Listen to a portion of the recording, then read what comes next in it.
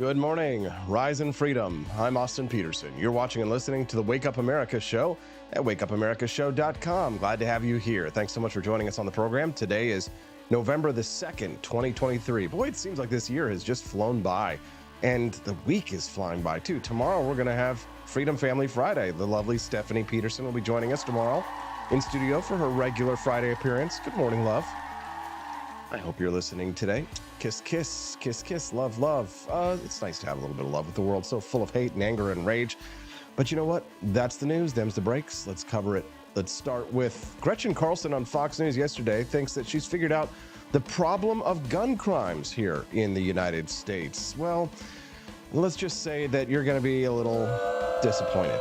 Yeah, you know, Gretchen Carlson from Fox News. We'll play that clip real quick and then we'll talk about it and move on because frankly, we've got bigger fish to fry, and that is Robert F. Kennedy Jr. apparently polls at 22%. What? No, God! Calm down, Joe. God, please, no! No! It may not be all bad news for President Joe Biden. The results may surprise you. Has about a little clickbait there for you. Speaking of clickbait, have you clicked the like button? How about the subscribe? If you're tuning into the Wake Up America show today for the first time, you're saying to yourself, wow, this guy's got a lot of energy. Great way to get my day started. And I get to learn about all kinds of new stuff that's going on in the world before anybody else knows it happens here on the Wake Up America show. By the time you hear it on your 5 o'clock news, it's already old news. Everybody knew the news because they watch the Wake Up America show. So make sure you subscribe so you can get it before everybody else. And come back and join us every Monday through Friday from 7 a.m. to 9 a.m. Central Time here on the Wake Up America show. All right, do it. Just do it. Shia LaBeouf, do it.jpg. All right, Donald Trump, Vivek Ramaswamy. Is that the ticket to win in 2024? Some people say yay. Some people say, how dare you? Don't be upset. Obviously, there are still candidates in the Republican primary, and somebody might eke out a victory, although I think the chances are getting slimmer and slimmer. Don't be mad at me, DeSantis people. I like Ron DeSantis, and if he's the Republican presidential candidate, I'll definitely vote for him. But I wouldn't put my own money on it. Would you? Would you bet your own money at this point? I don't know. Anyways, we'll talk about that. I was supposed to have a guest on today at 7:30 a.m. Central Time, and it was all booked, but then he had to cancel because he had some kind of an issue, and we were going to reschedule, and then he just messaged me 5 minutes ago and said, okay, I changed my mind. I think I can do it. Okay, great. So I guess we're going to have Zvi Waldman on the show today at 7:30 a.m. Central. Maybe, yes, no, I'm not quite sure. Possibly, hopefully. Zvi Waldman will be here at 7:30 a.m. He's the head of the New York State Jewish Gun Club, which sounds like an oxymoron until you realize that there are more Jews now buying guns at gun shops reported across the nation than have been before. I was just reading an article this morning about the state of Georgia. Apparently, the state of Georgia has been seeing more and more Jews coming into the gun shops and buying guns. Well, but you no wonder why, because you got people getting attacked, got hate crimes going on around the country. And before you say, Austin, there's no such thing as a hate crime and all that stuff. Yes, I know. There is a legal definition of a hate crime that the government uses to enforce on the rest of us, which, of course, we as libertarians and conservatives reject. But the law is the law, whether we agree with the law or not. We could say, of course, that the law is not necessarily correlated to morality, and quite frequently these days it is not. But, you know, it is the law that is the law, even if I don't like the law. There you go.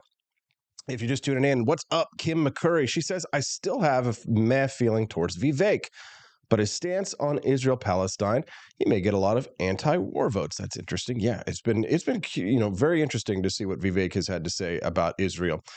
Sign of Jonah says, sore loser, and I hate losing money. What are you guys talking about? Gambling? Oh, yeah, making bets on candidates? For sure. Where's everybody else today? How's Sign of Jonah doing? Studio 314 joining us. Blutreich. What's up, Blutreich? The Chroniclers is here with us today, and so is our friend Joni Rankin. Have we seen Joni Rankin? Where's Joni Rankin? Camelia Peterson. She's going to be joining us on the show today. What's up, Camelia? And Floby Tenderson, one of my new favorite Twitter follows. Camelia is going to be joining us this morning at 8 a.m. Central Time. The economy is actually not too bad, but nobody's happy. What do you expect? It's just, that's America. It's never good enough. But there is actually a good reason, and it's not the one that you might think. You might say, oh, well, it's just inflation. But there are some other factors that are contributing to American unease. We're going to talk about that with Camelia Peterson at 8 o'clock. Everybody loves to see the pretty lady. She joins us at 8 a.m. Pretty lady. She's joining us at 8 o'clock this morning Central Time. Of course, she joins us every Tuesday and Thursday at 8 o'clock Central Time. That's the pretty lady time when we try and make the pretty lady blush. And all the commenters try and get her phone number and drop a slide into her DMs because, well, she's the host with the most. Co-host? Maybe someday. At 8:30 a.m. today, unfortunately, no Daniela Pensack. I know. Some of you may have done what I said and, set your calendars to fun and say, I come back Thursdays at 8:30 to see the lovely Daniela Pensack. She, unfortunately, will not be with us today. And I don't have a beautiful libertarian girl to replace her with. I am very sorry for that. So don't be angry at me. Don't be mad. Oh, God! Don't run around screaming. God, please, no! No! Calm down. No! For the love of God, people, it's just a talk show, okay? But we're going to have Billy Binion from Reason Magazine on today. He is talking about the strange phenomenon of queers for Palestine. And Billy Binion, I'm pretty sure, is gay. So, I don't know. Try not to make these assumptions. Not that there's anything wrong with that. But he wrote a really good piece in Reason Magazine sort of commenting on the phenomenon of queers for Palestine. Queers on film. Austin, it's getting weird already. We're going to have a great show for you today, and I can't wait to introduce to you some of our new guests that you've never seen before. I'm looking forward to introducing you to Zvi Waldman and Billy Binion, both going to be joining us today, I think for the first time here on the show. Looking for it. You can text the show today at 573-319-1586. Again, you can text the show today at 573-319-1586. All right, let's get to this clip from Fox News anchor Gretchen Carlson. She posted yesterday talking about AR-15s. You got to listen kind of carefully to what it is that she's trying to set up or what she's alluding to. And really think about it before you make a judgment. Because at first I was confused, and then I was like, and then I was like, oh, and then I was like, oh, okay, let's go. So you might have seen the news story about my tweet regarding Ben Shapiro and his love of AR-15s. Big round of applause for the clever detectives who pointed out that technically, a few ranchers and animal control people did own these guns before 2004. And since we're all big fans of math, here are more numbers that seem relevant. In 1992, AR-15s composed roughly 21 in every 100 firearms made in the U.S. By 2020, almost 1 in 5 guns made here were AR-15s. There are now more than 20 million AR-15s in people's closets and cabinets. Oh, and there's this. In 2023, there's been 560 mass shootings in our country, and we still have 2 months to go. This is not normal. A world where everyone has AR-15s is just a hell of a lot more dangerous than one where we don't. No, wait, wrong button. For the love of God, no! God! Hit the boo button. No, God, please, no! No! Yikes. Austin, you need to drink a little bit more coffee, don't you, this morning? I forgot my coffee at home. You see, I hate this because you know that, but then I'd be missing my Founding Flavors coffee over at apforlibertyshop.com. People have been signing up for the monthly subscription of my coffee club, and I'm so happy because you know what that means? Steffi and I will not go through the winter being poor and hungry. We shall supply you with delicious coffees, sir. I'm not lying when I tell you that Founding Flavors coffee are some of the most delicious coffees I've ever drank, and that's why I'm proud to bring them to you. Don't forget to visit apforlibertyshop.com. You know it's cold outside, and baby, it's cold. When it's cold outside, you want to have some Founding Flavors coffee to start your day. I'm telling you right now, we don't care. If you haven't tried Founding Flavors coffee yet today's the day. Get yourself a bag. You don't have to sign up for the subscription plan right away, although I highly recommend it, especially because it makes a great holiday gift. Think about all the people in your life. If you're a conservative or libertarian, you must know another liberty lover in your life. Imagine showing up to the holiday party with a gift basket full of delicious Founding Flavors coffee with beautiful iconography created by myself and my wife, Stephanie, of the Founding Fathers. And then they taste the coffee and they're like, damn, that's some good stuff. It's absolutely delicious. My number one top favorite is the Thomas's Painkiller Colombian Single Origin, but we also have Revolutionary Roast by George Washington, Kathy Loy's favorite. We've got Franklin's Electric Elixir, which is like my close number two. I really love. Make it number two. Jeffersonian Java, also delicious. And we've got all kinds of new exciting things happening with our coffee shop. Go to ap4libertyshop.com. That's AP, the number 4, and get yourself some delicious Founding Flavors coffee today. All right. So what the hell?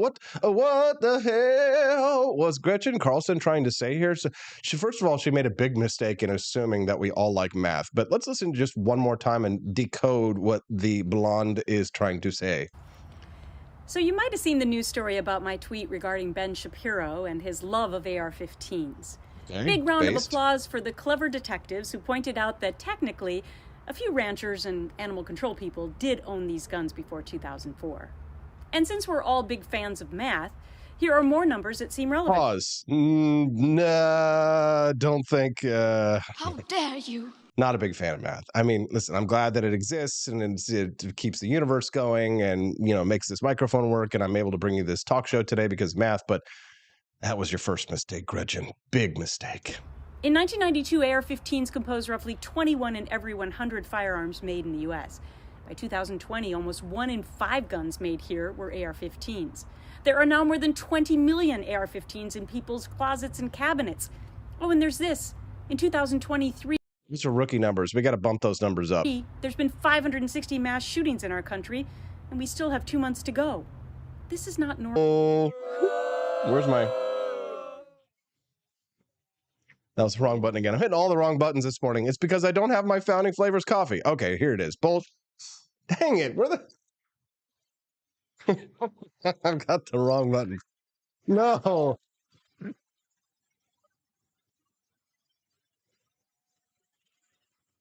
There it is. For the love of God, AP. It's bull. Thank you. Jesus, sorry about that. If you're just tuning into the Wake Up America show, good morning. I'm your host, Austin Peterson. We're grateful and glad to have you here. Don't forget to click that like button and subscribe to the channel. And of course, do what Midwest Gunner has said and go out and buy an AR-15. Barney Styles joining us in the house this morning. What's up, Barney? Nice to see you again. Glad to have you here. He wants them K-Cups so he can have a sample pack and try all the flavors in 6 months. Doing my best there. Katie556 says, dang it, AP, I was going to say those are rookie numbers. Amen. We love it, baby. We love it. So more guns equals more crime. Gretchen Carlson, you are the weakest link. Goodbye. All right. Well, we've got a lot of great content for you on the show today. I want to talk about Robert F. Kennedy Jr. in this poll that I saw. Everything got messed up on the show today because of the guests, being gone and now being back. I actually saw this story that's trending online this morning, and I'm going to try and get to it a little bit later if I can sneak it in. But did you see this story about American birds that are going to be having their names changed to remove human monikers? Yeah, you can bet moniker means name.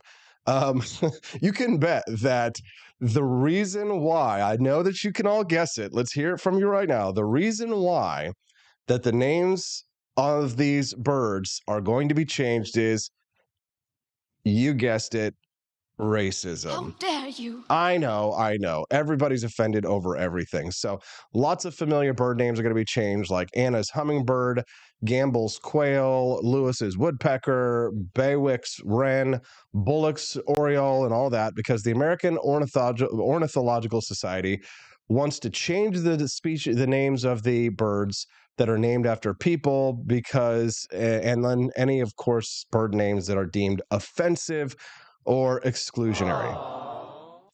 If you were to bet racism was the reason why anything's name gets changed, you would win 100% of the time. You would win 100% of your time. So I've got that story on cue, and I hope that I have time to get to it. But David Lee 180 says Blackbird. Blackbird fly. Definitely one of the, not my favorite Beatles song there. Racist. Quest Pain will have the most caffeine. It's the blonde, right? No. Jeffersonian Java has the most caffeine, for those of you who are curious. That is the blonde blend there. So if you like the light roasts with lots of caffeine, then you want the Jeffersonian Java. Yes. Da Panda, first time I've seen him today. What's up, Da Panda? He says, woke gang is just trolling us at this point. You just got to ignore it. That's definitely one take. I'm not sure I agree, though. Let's talk about the news, though. The big news. Spoiler alert. Austin. See, I don't have my founding flavors. There's going to be a lot of screw-ups today. Poll has RFK Jr. grabbing 22% against Biden and Trump. Former Democratic candidate also got the backing of a plurality of independents in the Quinnipiac University survey. He's running with the promise to spoil the 2024 presidential contest. Oh, no. Robert F. Kennedy Jr. apparently might make good on that pitch. A recent poll showed him with 22% support in a hypothetical three-way race. Oh my God, Austin. You see, this is what happens. If you don't drink Founding Flavors coffee, you will sound like me. Think hard, double, weetard. Sign of Jonah says, buy Steffi a cup of coffee. Thank you, Sign of Jonah, for that Rumble rant. Think hard, double, weetard. Anyways, so Biden would take 39% of the vote, and Trump would come away with 36%, according to the survey. God! No! Wait, God, what? Please, no! No! Wait, No! so Robert F. Kennedy Jr. would actually take more votes away from Donald Trump than Joe Biden. That seems a little bit far-fetched. However, let's get our facts straight before we distort them. Kennedy came back in this poll with a backing of a plurality of independents. 36% chose him of independents, compared with 31% for Trump and 30% for Biden. So essentially a tie there between Trump and Biden on independents. The overall 22% doesn't suggest, though, that he can break out of the two-party system and put his name on the Electoral College map next year as an independent. But the bigger threat his candidacy poses to Biden and Trump is the possibility that he might siphon enough votes away from one of them to flip what might be considered like a coin toss state, for example. This Quinnipiac poll was conducted October 26th through 30th, so very recent. And it suggests that Kennedy is actually pulling more support from Trump than Biden. Now, we have reason to be skeptical. However, Robert F. Kennedy Jr.'s super PAC has done some polling that also buttressed this fact. You said but. In a race between the two former presidents, the Quinnipiac poll projects a near dead heat. 47% of registered voters would support the Democratic incumbent over his Republican predecessor's 46%. So basically the same, right? That result matches many other head-to-head surveys from the last few months and suggests that Kennedy's independent candidacy has the potential to inject a further twist into what has long been depicted as a matchup of former presidents. So Kennedy was the leading choice for young voters, 18 to 34, 38% of whom chose Kennedy. From the same age group, 32% picked Biden and 27% picked Trump. Interesting. So what are the factors at play here when we consider this, right? Why is it? Let's assume that these polls are correct. And I don't necessarily think that they are, but let's assume that they are, and that Robert F. Kennedy Jr. pulls more from Donald Trump than he does from Joe Biden. Why do you think that might be? Well, it could be because of the big, fat, giant, pointy elephant in the room, which is the vaccine. If you compare Robert F. Kennedy Jr.'s stance on the vaccine to Donald Trump's stance on the vaccine, it might just be that a certain percentage of Donald Trump supporters who don't agree with Donald Trump's stance on the vaccine may be making the leap to Robert F. Kennedy Jr. So we all have been talking about this for quite some time. It'll be interesting to see how Donald Trump deals with the Operation Warp Speed issue, the vaccine issue with his voters, and whether or not those voters may be looking for another candidate. I mean, they don't go to Joe Biden, but I mean, if Robert F. Kennedy Jr. is on the ballot, that might be enough to swing it. If these polls are correct, that would be the top reasoning that I would believe that it would be possible that that Trump voters, MAGA voters, would jump ship over to a Robert F. Kennedy Jr. candidacy. Now, he can't get on the ballot in all 50 states. And this is a conversation that we have every 4 years is why can't Donald Trump get on the ballot, or why can't an independent get on the ballot in all 50 states? Well, libertarians can get on the ballot. As someone who's run for office and has been in third-party politics, I was a member of the Libertarian Party for 10 years, and I did ballot access, and I pretty much did everything you could from top to bottom in third-party politics, including run for president myself. But my experience of that is an understanding of the amount of money and time that it takes to get on ballots. Unless Robert F. Kennedy Jr. has $1 billion, he's not getting on the ballot in all 50 states. The laws in many of these states, in order to get on the ballots, are so onerous to keep third-party candidates off that the likelihood of him getting on all 50 ballots is between slim and none. I would put my money on it. I would bet $1,000 that Robert F. Kennedy Jr., even if he had $1 billion to spend, would not be able to get onto all 50 states ballots. Just because, again, if the Republicans or Democrats see him as an actual threat, those two parties are going to collude. And since they control the state's governments, so they control the electoral systems, they're going to vote to ensure that Robert F. Kennedy Jr. doesn't make it on the ballot. Some states are trying to throw, Donald Trump off the ballot, prevent him from being on the ballot, like Colorado and other states. So these are issues when it comes to third-party candidates that they have to deal with. So the thing is, Robert F. Kennedy Jr., he doesn't have to get on the ballot in all 50 states in order to make a difference. He just has to get on the ballot in states like Pennsylvania or Georgia and Joe Biden and Donald Trump. But does Robert F. Kennedy Jr. take away from Trump voters more than Biden? I don't have any data to back this up. This is just my gut. Take it for what you will. This is just my anecdotal data from working in politics for 15, 20 years almost now. I don't think so. I don't think that that Robert F. Kennedy Jr. takes more from Donald Trump. Does he take some from Trump? Sure. The problem with the vaccine issue is this. It's a very online issue, okay? And the internet is not real life. And I have to do this to my friends, like even my closest friends, like whenever you're looking at the world through your lens, is that you guys are not, it's not real life, because you look at the world. If you're very online like me, and if you figured out how to get on rumble.com and open up a podcast like this, you're probably in the top. You open up rumble.com/AP for Liberty and you're watching the Wake Up America show.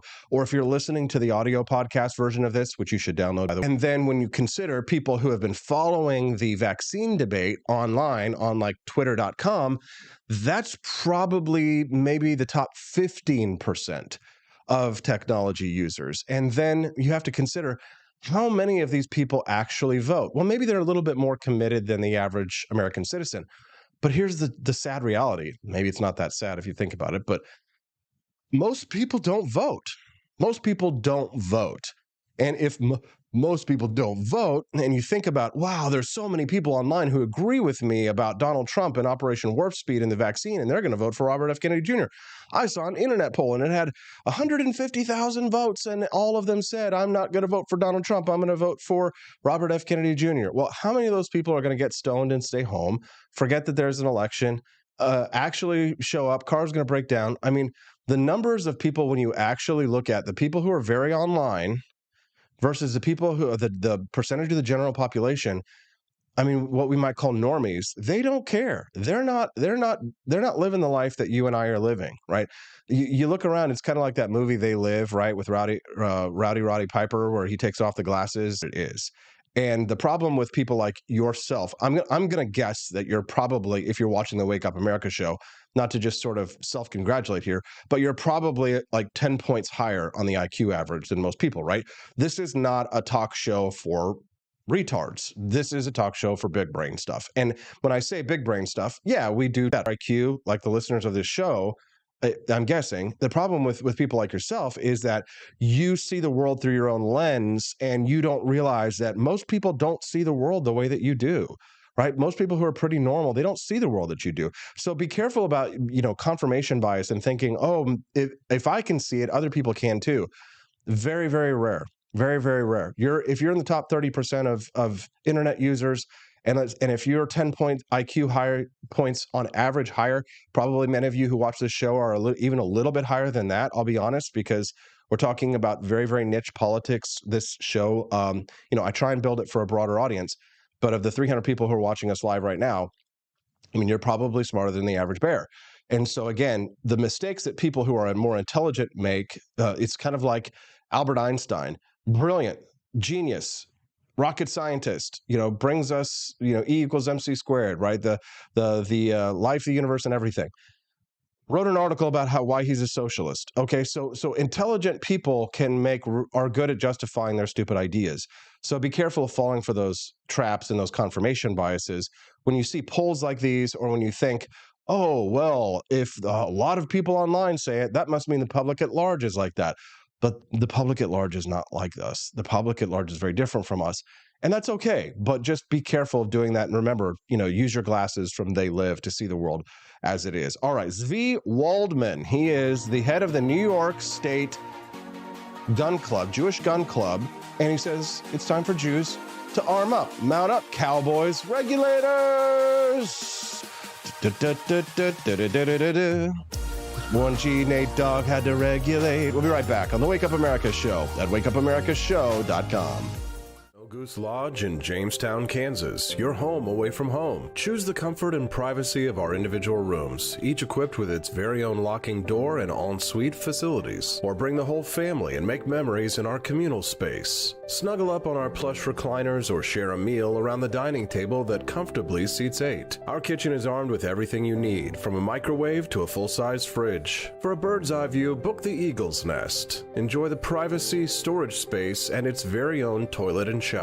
For just $450 a night, reserve the entire lodge. Perfect for reunions or retreats, accommodating up to 8 guests. And remember, Snow Goose Lodge is a haven for kids and dogs alike. So bring the whole family. Book your stay now and get 20% off your first booking using the code WAKEUP.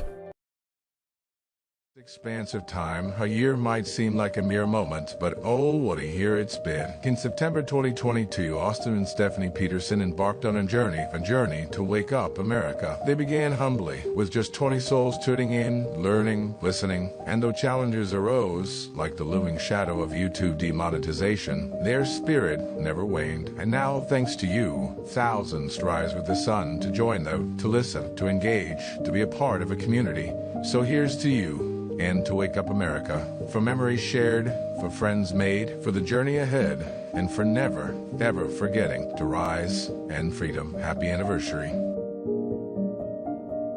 I'm Donald Trump, and I approve this message.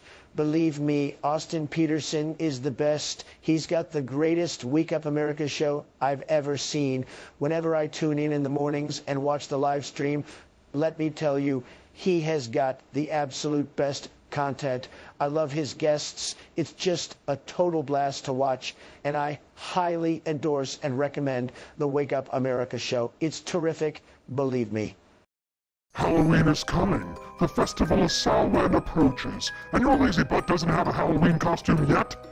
How can you pledge allegiance to the Dark Lord this year and possibly offend everyone at the same time? Visit the AP for Liberty shop and get your shirt today. The 9 most terrifying words in the English language are, I'm from the government, and I'm here to help. So grab your government is scary tee and tell everyone at the party that you're here to help. Other great seasonal items are available as well, so don't miss out. And visit AP for Liberty shop today. That's apforlibertyshop.com.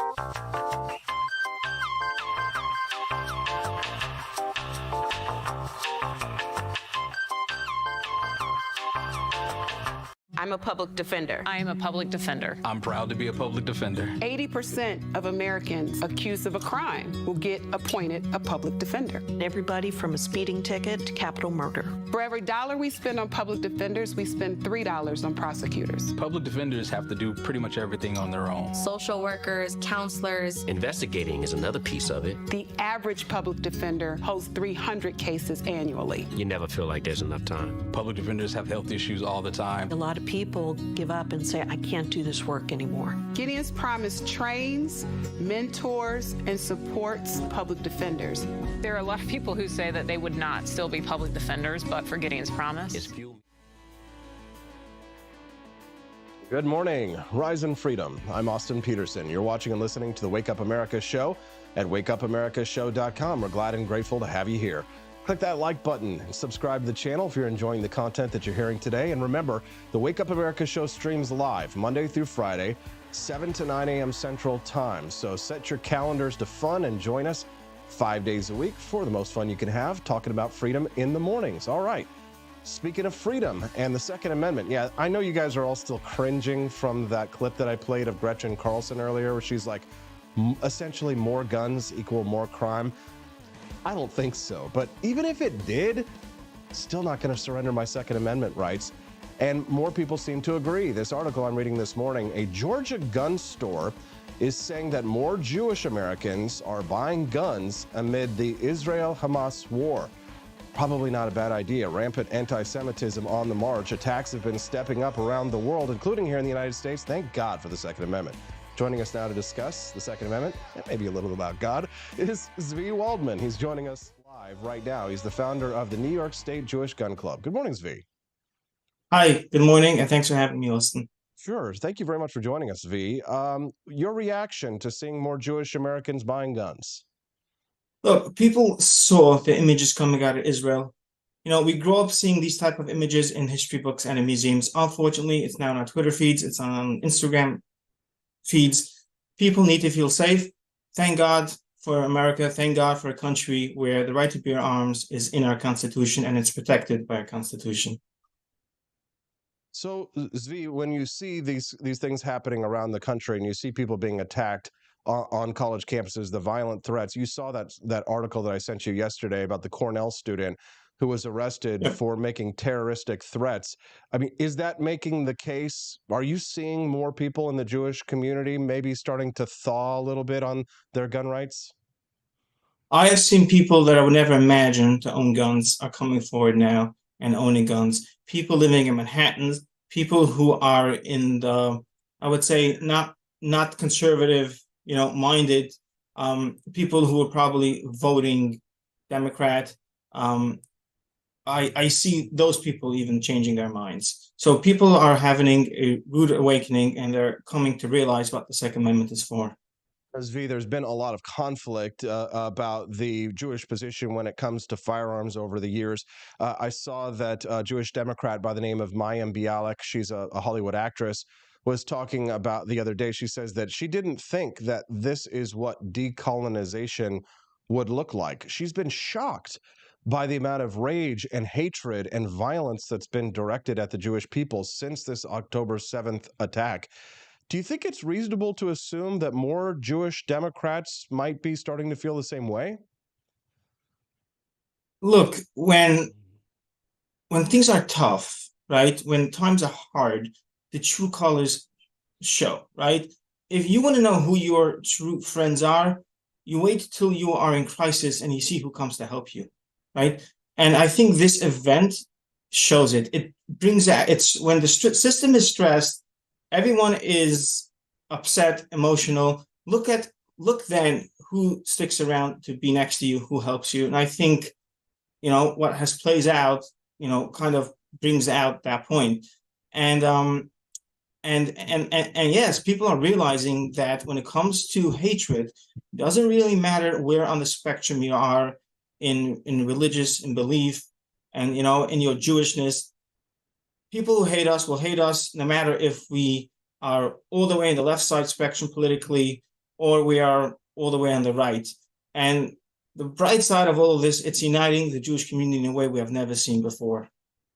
Now, Zvi, when you look at the what's happening on college campuses, you're seeing many Jewish millionaires and billionaires pulling their funding from these college campuses. They've been funding this left-wing activism for a number of years, and so many of them now seem surprised that intersectional politics, which sees the world as oppressors and the oppressed, has now turned its back on the Jewish people, which you might assume would be, the oppressed. But there's a lot of confusion around this concept of the Jewish people and whether or not they're oppressors or oppressed. When I look at the, just from a pure numbers perspective, I think we're not even at pre-Holocaust levels in terms of the Jewish population in the world. I think there's 16 million Jewish people in the world, correct me if I'm wrong, and I think 1.9 billion Muslim people in the world. So even by the left's own definition of oppressor or oppressed, I think that they're entirely confused about who the oppressors might be. Nonetheless, the question of whether or not Jewish people, exercising their right to bear arms is a popular one. If I were to guess, Zvi, I would guess that probably most Jews in the United States probably don't agree with you and I on these issues. Right. Is that a fair assessment? It's very possible. So there's two things in general, right? When people pose me the question that there's a lot of Jewish people out there that are opposing the Second Amendment, right? I would tell them, come to my neighborhood in Rockland County, New York, and we're a very high population of Orthodox Jews, and the Second Amendment is very, very strong. Okay. Yes, there are those people that are Jewish that oppose the Second Amendment, but most of them are liberal leaning, right? But this event has kind of united everyone in terms of everyone feels threatened the same. A lot of people who were traditionally opposing it are now starting to think about it, or their views have shifted because they realize that at the end of the day, 911 cannot be there everywhere. 911 is not a solution. It's more like a hope and a prayer. As good as you think government is, they could fail. In a time of crisis, okay, at a time of crisis, like what happened in Israel, the system can get overwhelmed. And there's a reason why our founding fathers put that into the Second Amendment, put the Second Amendment into the Constitution.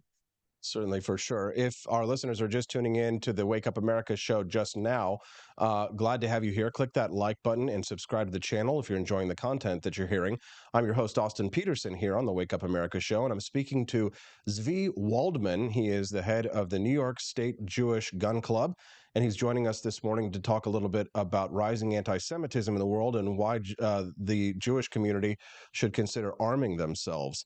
Talk to us a little bit about the New York State gun laws. I mean, you've got not only the hurdle of convincing your fellow Jews, now's a good time to get into, the AR-15 business, maybe buy themselves an AR-15, but can they even own one in the state of New York, I guess is the question. So under the current law, you cannot purchase any semi-automatic without a license.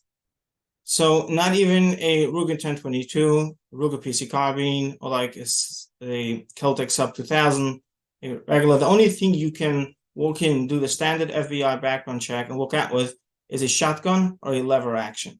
I think this is ridiculous. This does not make any sense. This flies in the face of the Constitution and also in the Bruin decision that the Supreme Court ruled on last session. For sure. And we do certainly hope that they take on more of these cases and start to push back. But the governor of New York has been a thorn in the side of gun owners and constitutionalists in the state of New York. It's certainly been frustrating to watch from afar how our friends in New York have constantly been on the defensive in taking back our gun rights. Do you think that the Supreme Court is giving you guys any hope that you might be able to push back again, or do you expect this to be a constant battle here? Look, I'm hoping that the next time a case goes in front of the Supreme Court realizes the shtick they're playing and their tantrums they're throwing, and they'll put in strong wording into their briefs to make it clear once and for all that the Second Amendment is just like the First Amendment. I don't need to have a license before I post on Facebook or on X. I don't have any limits how many posts I can do a day. I can speak freely. I should be able to protect myself freely without any government intervention. Zvi, I'm not Jewish. My wife is. So, as a Gentile, I do frequently have conversations with the Jewish community through her connections. And many of them are liberal Democrats, and a lot of them, their eyes raise, and they kind of give me a look when they find out about how many guns I have and how much I love them. What are some good arguments that a Gentile might be able to use, or like just at least some good debate points to bring up with the Jewish community and help to convince them and why they should arm themselves and defend themselves and take advantage of their rights? Look at other countries that has gone from confiscation, where they ended up, the amount of oppression those governments end up doing. It just look up Mao. I mean, in China, I can bet you there's a bunch of people working in the factories over there sweating away that would love to have Second Amendment, would love to have the right to stand up. It's an important aspect. Again, to make it clear, it's not that the Constitution grants it to us. The Constitution protects it. It's a God-given right. Every person has the ability to live freely, to feel safe, and to feel that they do not have to rely on the government for their self-protection. Everyone is empowered to protect themselves, and that's an incredible feeling that unfortunately the New York governor and the New York political system is denying from people. Zvi, it's great to talk to you. You're the head of the New York State Jewish Gun Club. You're trying to convince more Jews to get involved in taking advantage of their rights here in the United States, and we certainly wish you well along those lines. We do believe in the Second Amendment here in the United States, that all people should exercise their rights, and seeing people like yourself making inroads in that community is definitely heartening to see. Can you tell people a little bit more about your work with the New York State Jewish Gun Club, and maybe share with us a little bit about what you're trying to accomplish there with the group? Yeah, so it was around 2017 after the shooting at Pittsburgh at the Tree of Life Synagogue. When I wanted to start learning, to become better with my pistol, I started going to the range, and I realized most of the classes were not on the Sabbath. As an observant Jew, I cannot take those classes. So every time I went to the range, I saw someone in my community. I wrote down their name on a piece of paper, started making a list. When I had enough, names, I called the instructor. We started arranging private classes. Now, after a while, we decided let's put everyone on this one social media group, and we called it gun training. And then after a while, we gave an official name, and it grew. We created a logo, we created a website, and now we have probably close to 700 members. We help people with firearms. People call us all the time, like, "Hey, I'm new. Where do I start?" We give them the paperwork. We guide them through the application process, and then we arrange constantly different types of classes for different levels. And I work people all the way up to having the ability to be armed in a synagogue and learn all the tactics they need to be able to be part of a security team. And I'm just out there to create a healthy and a fun, exciting, like Jewish gun culture that people feel welcome, they can relate to. And yeah, it's been an incredible journey of meeting people from all over the spectrum of of Jews, as independent as like singular people think we are, we still vary in our opinions, in our culture. And yeah, it's been a uniting force in our community. You love to see it. One last question here for you, Zvi, and then I'll let you go. Forgive my ignorance here, but if you are attacked on Shabbos, what are the rules around using a gun if you are attacked on Shabbos? In general, in Jewish law, the most important thing is saving someone's life. Even if someone is hurt or he has the ability of losing or any of his limbs getting hurt, you're allowed to violate all the rules to save the person.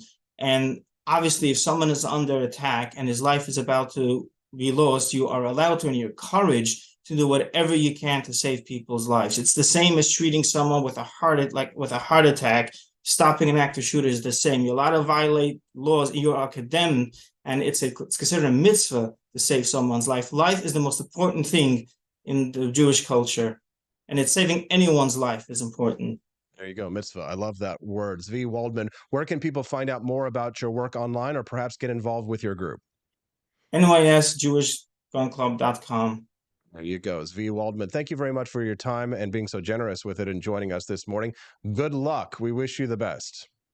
Thank you. Have a wonderful day. Thank you very much. That was Zvi Waldman. What do you think? Send us a text at 573 319-1586. Again, you can text the show this morning or anytime, night or day, at 573-319-1586. One listener texted in and says they're tired of all of the identity politics. Listen, I get it. But listen, if the identity politics helps people to identify more with a cause that I see as libertarian, you know what? I'm going to take that card out and play it all day. I'm going to play it every day. It's nice to see P. Ridge 62 here for the very first time today. We're glad to have you, P. Ridge. I hope you do like and subscribe to the show and come back and join us here every Monday through Friday. Make sure you click that like button and subscribe, and that way you won't forget who I am. AP for Liberty on Facebook, Twitter, Instagram, pretty much everywhere. The Wake Up America show streams live, again, every Monday through Friday from 7 a.m. to 9 a.m. Central Time. And if you subscribe to the channel here on rumble.com, you won't forget to come back and join us tomorrow when you get to meet my beautiful wife, Stephanie Peterson, who's going to be joining us on Freedom Family Friday. Well, one listener texted in, looks like he sent it to me at 10 o'clock last night. He says, damn, you're a pro. You roped me in with women protesting fighting men in jiu-jitsu, and then you knocked me out with that great Judge Knapp convo about resisting elected Marxists. Did you see that interview that I did with Judge Knapp yesterday? You got to go back and watch it. I uploaded the whole Judge Knapp interview here on rumble.com on my account. So definitely, if you missed it yesterday, you don't want to miss that one. So P. Ridge 62, since it's your first time here today, you should go back and watch that interview with the judge. I think you'd love it.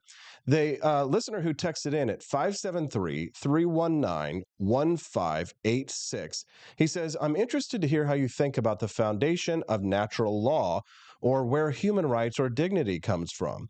By the way, many of my professors were Straussians. For those of you who aren't aware, Straussians are what you might call neoconservatives. And before you get all angry and start, we do need to have a talk about neocons, maybe not immediately, but in a little bit. But he says, by the way, many of my professors were Straussian, and I know of no one less neocon. Ah, you see, there you go. See, not all neocons and not all Straussians necessarily are the same.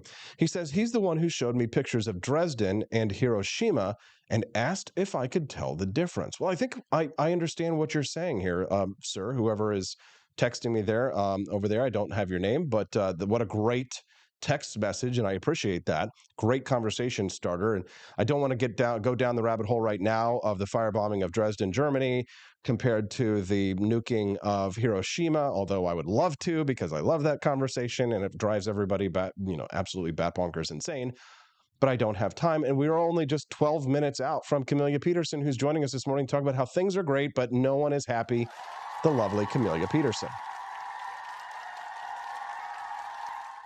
I'm glad to have you here, P. Ridge 62, and I love your little profile flag there, American Confederate. Hell yeah. Hello, Austin. Greg from the California Liberty podcast here. He says he's really enjoying the conversations on the Wake Up America show. He also struggles with the moral equivocation on the Israel-Hamas issue that seems to emanate from leftists and also from the intersectional libertarians and Noam Chomsky lovers in the liberty movement. Ooh, boy, Greg, you have definitely nailed it. Wow, that's a great text.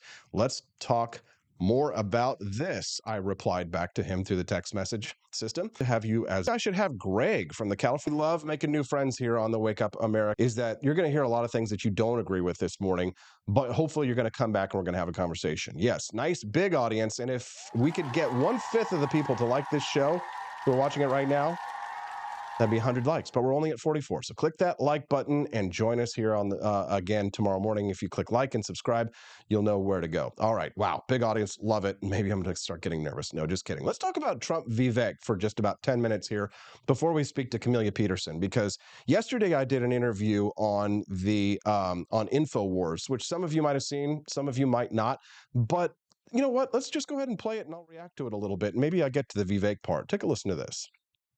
I think Trump didn't quite understand that the deep state was going to do whatever they wanted to do, regardless of him being president or not. He thought he could reform the deep state. He thought he could fix it if he just put the smartest people in charge. But let me tell you something right now. I have never worn a Make America Great Again hat. I'm a hard libertarian Republican. I vote Republican. I'm a member of the Republican Party, but I have not been a MAGA guy. But if Donald Trump puts the vice presidential candidate pick as Vivek Ramaswamy, who does understand the deep state, who says he wants to fire 1 million federal employees. If Donald Trump puts that guy as VP, I'm going to put a MAGA hat on. Oh, AP. Some of you are like, yeah. Others are like, I know there's some people who just don't like Vivek. And there's some things that Vivek Ramaswamy has done that I'm not necessarily the biggest fan of. But I have made the pledge here today, and I will make the pledge today, and I've made it before, that I think that Vivek Ramaswamy would be a great vice presidential pick for Donald Trump. And if you don't agree, who do you think would be a better pick than Vivek Ramaswamy? He is the only one that I have seen, and that's even more than Donald Trump, to articulate the problems of the United States government and propose solutions that are limited government solutions for how we can get there to a limited government, right? He said he wants to abolish the FBI. What the hell? That's enough to get you a visit these days. Ask Owen Schroyer, speaking of InfoWars. Sorry, guys. I promise I won't use my free speech too much. But Vivek Ramaswamy has said that he would fire 1 million federal employees. Listen, I know that people are like, well, he's just telling you what you want to hear. Here's the problem with that argument. I'm going to debunk that argument right now. Nobody cares what libertarians think, okay? So why would a Republican presidential candidate like Vivek Ramaswamy say something that a minority of the Republican Party, a minority of the American people, we the libertarians, why would he say something and just tell us what we want to hear? Why would he be pandering to a rump? Well, it's because I got a nice rump, perhaps, but it is nice. Ask my wife. But why would he be pandering to a minority within the Republican Party? They see that argument doesn't make sense. Oh, he's just telling you what you want to hear. Well, here's the thing. All of the other politicians are telling me things I don't want to hear, that we need to spend more money in Ukraine. We need to get involved in the conflict of the United States between Israel and Hamas. And we need to, do this, and we need to nation build, and we need to spend billions and trillions of dollars on studying whether or not cocaine on quail have more sex. Right? We don't need to be doing those things. And unfortunately, the consensus in politics has been that we should be doing more of those things. How many Rand Pauls are there in the party? How many Thomas Masseys are there in the Republican Party? We are a slight minority. So hearing Vivek Ramaswamy saying things like, oh, I want to fire 1 million federal employees, you have to understand that I think the majority of Republicans, if you were to poll them, probably wouldn't agree with that. When the rubber hits the road, what are we talking about here? Abolishing portions of the United States Department of Agriculture, shutting down the FBI, abolishing the NSA, ending the Fed. That's a minority position. So if he's telling me what I want to hear, that perks my ears up, because they don't have to pander to me. They don't have to pander to us. And if Vivek Ramaswamy is saying it, I believe him. I believe him. What about you? Floby Tenderson says, ad loophole, ladies, buy your newest cutest outfit from a lady that loves liberty and hates wokeness at thewhitehangerboutique.com. Promo code HUBS for 20% off. That was a really good ad loophole, Floby. Think about it. Because we do delete people who post their ads unsolicited in the chat. But if you donate a Rumble rant, it's kind of like, like Floby Tenderson has done in the chat right now, you get around the censorship of advertising, of outside advertising here, and you're actually just buying an ad. So Floby, congratulations. You just bought a $10 ad on the show. Thewhitehangerboutique.com, promo code HUBS for 20% off. We checked out that store the other day. Stephanie really loves it. A lot of cute stuff in there. Okay, let's continue. This banned video. AP on InfoWars. Welcome back to the American Journal, folks. I'm Chase Geyser, hosting the show today. With us the rest of the hour, we have a very special guest, a man whom I admire and adore, Austin Peterson. He is an award-winning broadcaster and the host of Wake Up America podcast weekdays from 7 to 9 a.m. Central, which you can find on Rumble. I got to change that picture. At wakeupamericashow.com. Make sure you follow him on X at AP for Liberty, and his website is wakeupamericashow.com. Austin, what's up, man? Are you snapping necks and cashing checks? Hell yeah, brother. I appreciate that. Thanks so much for the kind introduction. Look at that. They even spelled my name right. Oh, InfoWars. Oh, InfoWars. Thank you. Nobody spells my name right. I bet you tonight I'm actually doing a debate with Dave Smith, you know, the comedian Dave Smith, more of this Israel-Hamas stuff, and it's just kind of like, it's exhausting, but I guarantee you they're not going to spell my name right. Glad to be here and look forward to chatting with our friends at InfoWars. Absolutely. So did you do a broadcast this morning already? Yeah, I just got done. We were talking a little bit about women who were at a jiu-jitsu tournament, decided to walk out when they were going to be forced to get on the mat with biological males. And I got to say, you know, it's about time if women want to put a stop to this. They're the only ones who can do it. So look to see probably more walkouts like that in the future. Yeah. What is? I love it. I love it. We got 600 people watching us live. What's up? How you doing, Rumble? You love to see it. Glad to have you here. Click that like button and subscribe to the channel. We've got a little bit less than 5 minutes to go until we talk to Camellia Peterson. She's going to talk to us about why things are great and nobody is happy. America is a nation that can be defined in a single word. I was going to I love America. It's a great country. And I think that despite the fact that we've got problems, there are silver linings on the horizon. The lovely, the wonderful, the inimitable Camellia Peterson coming right back. Don't go away. Visit apforlibertyshop.com during the break. Get yourself some coffee. We'll be right back. Want an engaging website to boost your business? You're just a click away from 5-star Fiverr talent. Hundreds of freelancer skills like web design. Head to Fiverr.com today and get something started. American conservatism is distinct, like America is distinct from the United Kingdom. American conservatism's roots comes out of the Wild West, out of pioneerism. The difference between American conservatives and European conservatives is that Americans are cowboys. We are that God, guns, gold, and girls. It's wild here, and we should stay that way. We shouldn't allow a European version of conservatism to come and infect us here. We like it wide open spaces here, you know, deep in the heart of Texas and all that.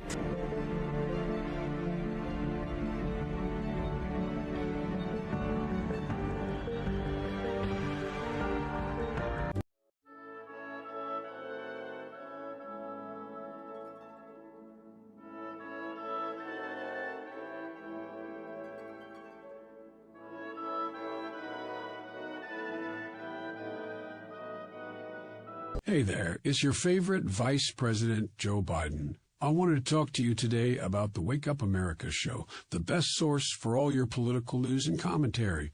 But before I get started, let me just make sure I have all my notes in order.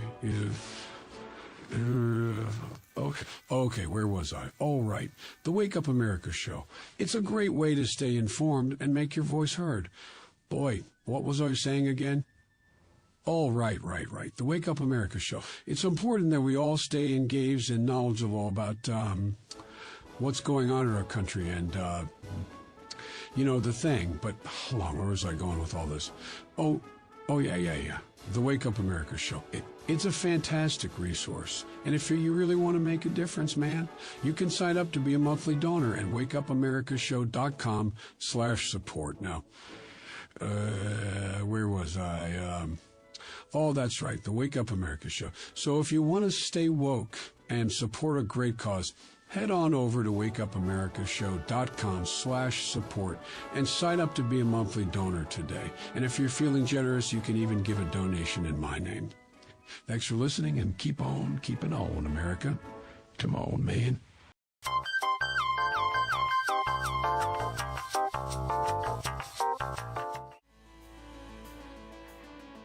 Good morning. Rise and freedom. I'm Austin Peterson. You're watching and listening to the Wake Up America show at wakeupamericashow.com. How are you feeling today? It's October the 2nd, 2023.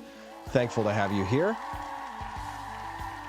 Where's your voice in all of these debates and conversations? Well, you can have your voice heard, not just in the comments in the chat, because remember those Rumble comments, the Rumble chat, the live chat, it disappears after the show is over. So if you want to have your voice heard permanently for all time in historical records, send me a text and I'll read them into the show at 573-319-1586. That's 319-1586. Constant Drummer, I just happened to see your chat. You said, AP, do you do jujitsu? I've done some jujitsu. I don't currently do it, but I've taken seminars and classes, and I did it for like a very brief period, but I've never been like a long-term practitioner. I'm a Japanese and Okinawan karate practitioner. So there's your answer there. I've been doing that for, since 2006. Almost 20 years of karate. Wow.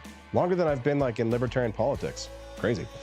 All right. Well, and a fellow karateka herself, although she's not quite as skilled as myself, is Camelia Peterson joining us live right now. How you doing, white belt? Good morning. Well, I think I'm trying to remember what I'm up to now. Not a white belt anymore, although I probably should back down to one. I want to say I got my green belt. Was probably my last one. I can't remember. Oh, but, okay, cool. Yeah, green belt. Yeah, you got to get back into it though, CJ. I It's do. good for you. Yeah, no, now that I'm kind of transitioning more towards Southwest where it's, I'm hoping that it'll be easier to get back into it. I was just all over the place too much and couldn't work it in, but I definitely miss it. And it is good for me. Hopefully my daughter and I both will get back into it. That's cool, CJ. We're glad to have you here. All right. Well, politics is war by another measure.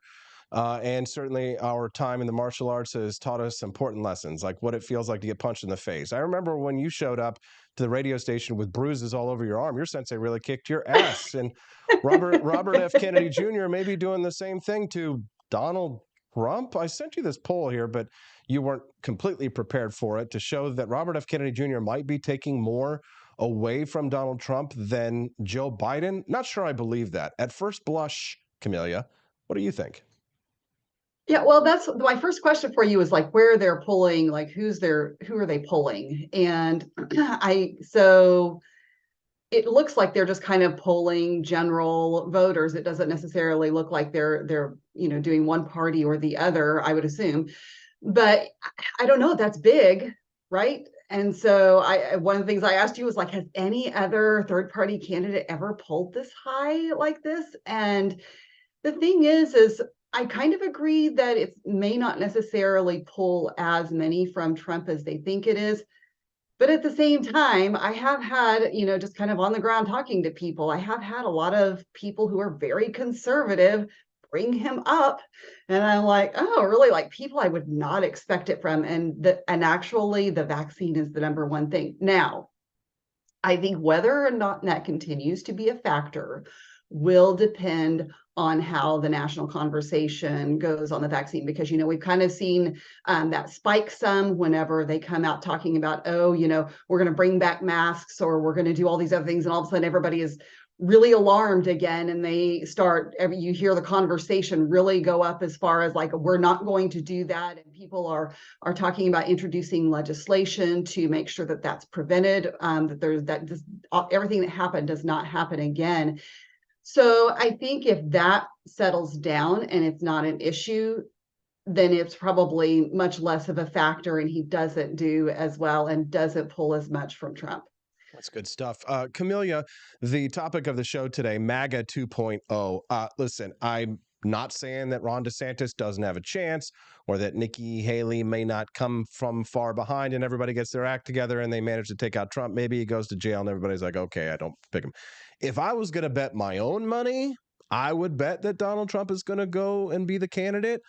I could be wrong, but I'm just going to say that's where I would put my own money. I won't ask you to weigh in on that one because maybe you feel a different way. But let's just assume for a moment that Donald Trump is going to be the Republican presidential candidate. Would you be happy? Would you be all smiles? Would you be all blushes and giggles, perhaps, if Vivek Ramaswamy were the vice presidential pick? Because I would be very happy. I would. So I'm a little conflicted about this. Like I like so many of the things that Vivek says, and there's just still a little something about him that just leaves me just slightly unsettled, and I can't put my finger on it. And he has contradicted himself sometimes. So I'm just not sure yet. I would like to see some consistency over time from him, I guess is it. Okay. And the thing is, I think when we talk about Trump, I'll weigh in a little bit here, and I think that you're not wrong and that it really does look like he probably has the primary tied up. What I would say is that a lot of the polling numbers that have come out that show Trump having this big lead, we don't know necessarily how they are asking those questions. So I have seen some internal polling elsewhere that looks at this, but really breaks it down by the type of support Trump has. And so you've got your people who are hardcore Trump. They are going to vote for Trump. They don't care what happens. Like the world could be burning down and he could be in jail and they will vote for him and it doesn't matter. So that is like a fairly small percentage, maybe, I don't know, 15%, maybe less. But there are a lot of people in that middle range who are like, they like what Trump did. They feel like he was wronged. Would they consider somebody else? Yes. So they're kind of soft Trump. And I think that probably the numbers that we're seeing, well, I know numbers that we're seeing come out in polls include all of those groups. And so I'm not, when it really comes down to it, I think the Iowa caucus is going to be telling. And I'm not so sure that Trump is really figuring that he's going to win the Iowa caucus. I think there have been some things that his team has put out that kind of feels like they're prepping the way for, why they didn't win that maybe or something. So I think there's a good chance that he does not win the Iowa caucus, and we'll see how that changes polling numbers and the conversation afterward.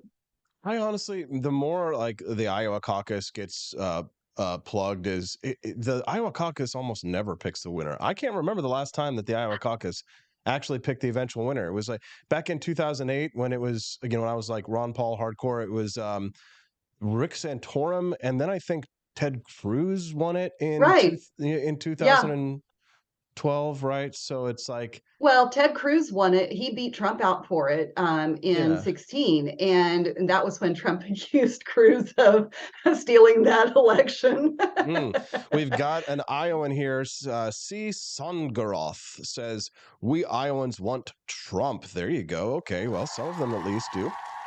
There are, and I've told you before, like I've mentioned, we've knocked a lot of doors in Iowa, in my role with Americans for Prosperity. And people were really kind of all over the place as far as who they wanted going forward. And I will say, though, that the majority of people that are regularly involved in the caucus process in Iowa are very evangelical. And so, there are a lot of, I know that the evangelical segment was really behind Trump in a lot of ways in 2016, which honestly was what really turned me off because of the excuses they were making for him at the time. But that support has wavered a lot. So we'll see. It'll be interesting. I see our friend over on the Rumble stream, Drummer Goy, very funny name. He says the MSM has donated insane value to the Trump campaign. Donald Trump is living rent-free in the minds of Americans directly due to the constant publicity. It's going to backfire big time, bigly.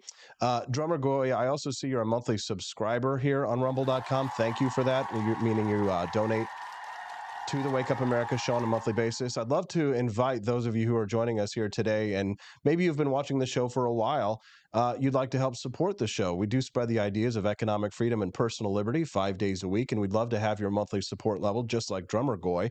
Join us right now. Become a monthly subscriber, and it's not just money for nothing and the chicks for free. Well, Camellia, we don't pay her, but I'd love to. help us get there, as a matter of fact, and become a monthly subscriber. And here's what you get right away. 20% discount at apforlibertyshop.com.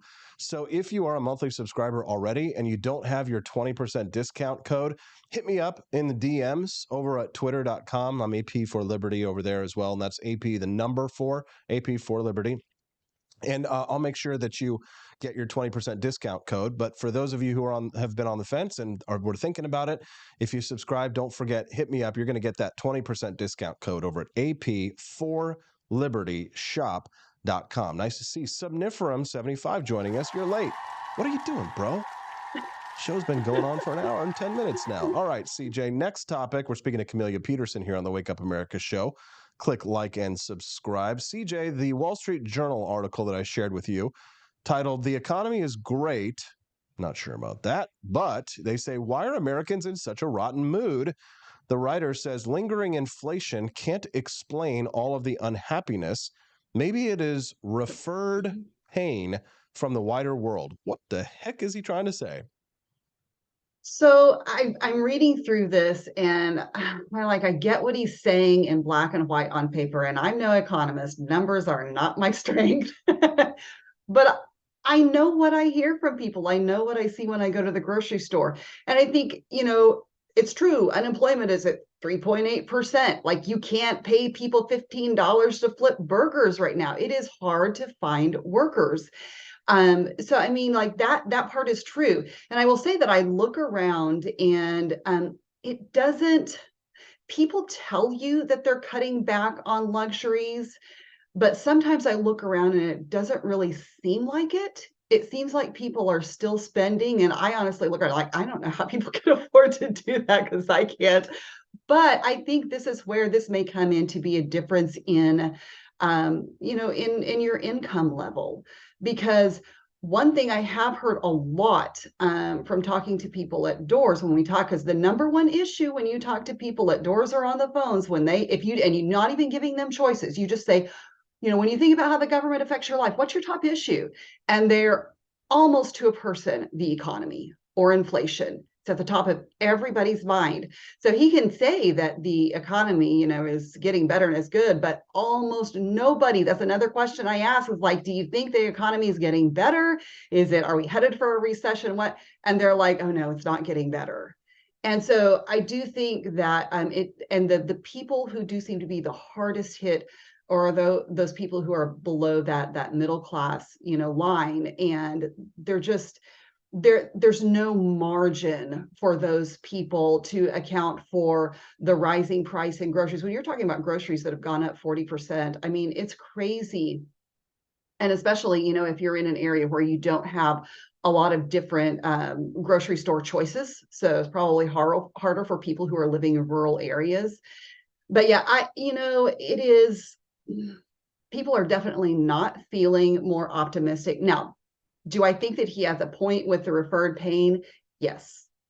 The overall outlook for people, and I think that this bleeds over into how their outlook on the economy as well, is we are constantly inundated by bad news. And I think that's compounded by the hyper partisanship we see with the parties right now.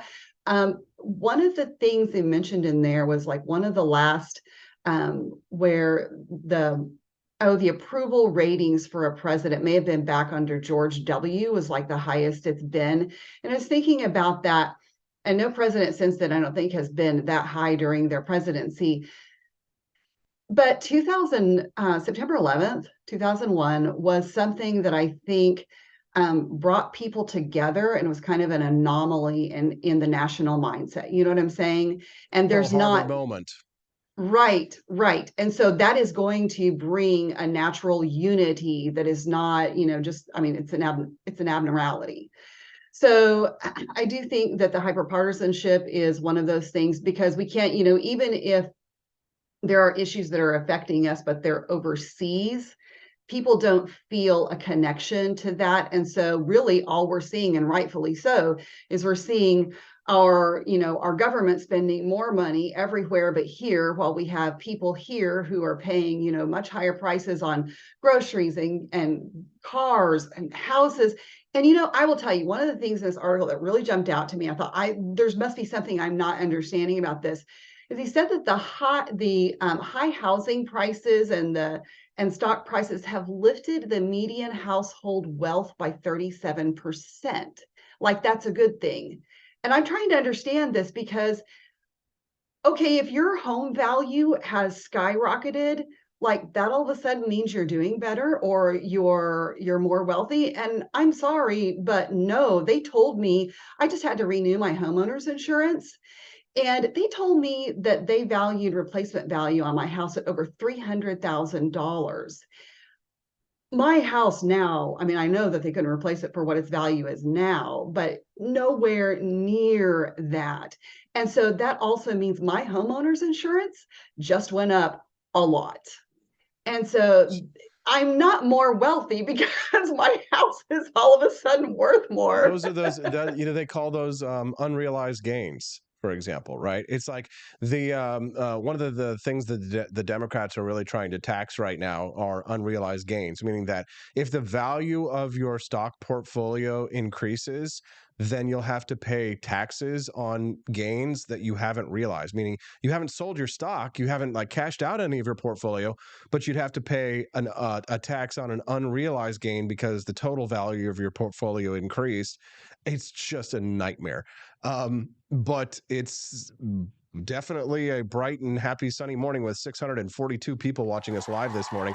And we're not even like the big feature on rumble.com today. I think it's, you know what happens? They come in, they see the Jewish guy, and they're like, what the hell? And then they see this beautiful Midwestern woman in the flannel, and they're like, oh, what the hell? And then they see at 8:30, we're going to be speaking to Billy Binion, the gay kid, about queers for Hamas, and they're really going to be like, oh, what the hell? And they're just sticking around to watch because it's such a freak show. But thanks for being Billy. Yeah. Billy's great, by the way. I'm so happy you're having him on. Yeah, for sure. It's but the Wake Up America show is a bit of a freak show, and of course, at every freak show, you've got to have a beautiful lady, but she doesn't have a beard. So, if you're just tuning in. If you're tuning into the Wake Up America show, maybe she does have a beard. I don't know. I haven't seen. Maybe she does have a little hair on the upper lip up there. It's No Shave November, so we'll find out, right? No Shave November. Click that like button and subscribe to the Wake Up America show if you're enjoying this content you're hearing. Don't forget, if you missed the live show and you can't always tune into us live, we do have an audio podcast. We'd love to have you join us. Camelia, you've tried Founding Flavors coffee, right? You've tried some of our new flavor. Yeah. What's your favorite? So I like both the Jeffersonian Java and the Thomas Paine or the Painkiller. Yes. And I used to really like dark roast coffee, and I've kind of moved in the direction of lighter roast now. And I think that's why I like these two better. I got it mixed up, by the way. My apologies in the chat earlier. I was thinking that the Painkiller was the lighter roast, but it's the Jeffersonian Java, because I learned a while back, in fact, from somebody long time ago that was commenting on something that you had posted, and learned that lighter roast coffees have more caffeine. So you're a drug addict. Yeah, well, no, I mean, that's, you make a terrible Mormon. That's relevant for lots of people except for me, because caffeine does nothing for me, but it's okay. Yeah, same. If you haven't already, check out ap4libertyshop.com. Try one of our delicious coffees. Like Camelia said, the Thomas's Painkiller is the Colombian single origin. Absolutely delicious. But I also love the Franklin's Electric Elixir. Jeffersonian Java is for the drug addicts out there, for the those who like the light roast. Check it out at ap4libertyshop.com. Tolly Owens joining us here, popping in for a few minutes. What's up, Tolly? Love having you here. Amelia, one more topic before we let you go. It's nice to be a mom. You've got two great kids, but nobody prepares you for being a mom, because you were a mom before TikTok. So nowadays, moms are out there, momfluencers, mommy bloggers, and they're telling you how to raise your kids. And for a while, it was all about the glamour of being a mom. Like, I do 100 push-ups a day, or I do 100 sit-ups a day, and I'm still, in great shape, and I'm a mom. Apparently, moms are sick of this now, and the new trend for momfluencers is what? Normal, like normalcy. Normie moms. What is this? Right? So I think we saw this trend for so long, with the rise of social media, where everybody's putting out, highly polished content, like, oh, look at my perfectly clean house. And I will tell you, like, I sometimes like to watch these cleaning reels or the whatever, where they're like, they're showing all cleaning up and everything's like perfectly polished afterwards. And I'm like, oh, that's so nice. You're like, I'm gonna choose that. But no, Okay. you see, and so, like, sorry, it's a weird side. But there's also these, moms who are telling you how they've got these perfectly packed kids' lunch boxes in their bento, containers, and they're putting all of their kids' clothes away in these neatly little folded things, and everything is just so. And And I think people are finally like, this is not my life. And they're tired of feeling bad about themselves, right? They can't relate to it. And so I think we're seeing that pendulum swing in the other direction where it's become popular for people to kind of just like show what like life is normally like, and it's not always perfect. And people can relate to that. And it's not perfect, but I think if people are, you're showing like what really works for you in everyday life, it's much easier, and it doesn't make people feel guilty all the time. So yeah, there's been some momfluencers out there now who are not worried that their houses aren't $300,000 houses with perfect cabinets and floors and whatever. And so they've been kind of doing videos that show what their day is like, just normal in their normal houses, which is what the majority of Americans are living like. Yeah, Robbie Thurman says, my daughter is a mom in shape. Round is a shape. Oh, Robbie, you better be careful. Cruel. Get The yourself in Chronicler, trouble. yeah, our friend and monthly subscriber to the Chroniclers, he says modesty will make a comeback at some point. I think it's already starting, don't you? I think so. It does seem like there are not as I'm not on TikTok yet, but there are not as many Instagram influencers, or maybe I just don't see them. I mean, it could be I just don't see them that are, does my backside look good in the sunset photos, whatever. I mean, I'm sure they're still out there. I guess is what you look for, but but there doesn't seem to be as much of that. And I like that because I think that women have been fooled into thinking that that's what men really want to see. I'm not saying that men don't want to see that, but I am saying that it's also very much a reality, and that if you put it all out there and there's no mystery at all, like men don't want that necessarily. A little mystery is good. No, it's true, for sure. I without getting too personal, I would say that the girls who like I dated who would like put themselves all out there and just kind of like, I don't know, I'm trying to be careful, Camellia. The girls who were more generous, you might say, I definitely was like, this is not like a long-term partner for sure. And because it's important for men to have standards, and that definitely is one of them, no matter how much that might infuriate the fairer sex, that the uglier sex does have standards, and it's a good thing for us. So anyways, I love it. Camellia, what else is on your mind today? Well, I would just kind of like to bring us back to our original topic for a second, because I think when we talk about how nationwide and culturally we are just in this this depression almost, it still feels like. Melees. Yes, $5, thank you. But I do think, when you talked about, what was her name, about the guns earlier, Gretchen something. Gretchen Carlson, yeah. Thank you. Okay. So when you're talking about guns and she talks about all of these mass shootings, and the thought that pops into my head every time is, how do we define a mass shooting anymore? Like, we've had this conversation, like, what constitutes a mass shooting? So when you're constantly inundated by news stories of another mass shooting, and everything is a mass shooting anymore, then it feels like they are like all the time, and we must be going to heck in a handbasket because it's all the time. And so combine that with the political conflict all the time, the culture wars, like, it's depressing. And I really do think that people are looking for, forgive me for this, a little hope and change. And Careful with that word. Ugh. I know, right? But I talk to people. One of the things that I tell people, because they're like, oh, so you're allowed to like calling people on the phone and knocking doors, and they're like, oh, I don't think I could do that, I don't want to do that, it's like talking to people. I'm like, you know what, here's the thing. When I go knock on somebody's door, I am there not only because I'm wanting to see where they are on the issues, but I'm also there, this is part of my outlook, to bring a little light and joy into their day, because people want to feel heard. They want to feel understood. We all want those things, and they want to feel like, and I think that human connection is what brings us hope.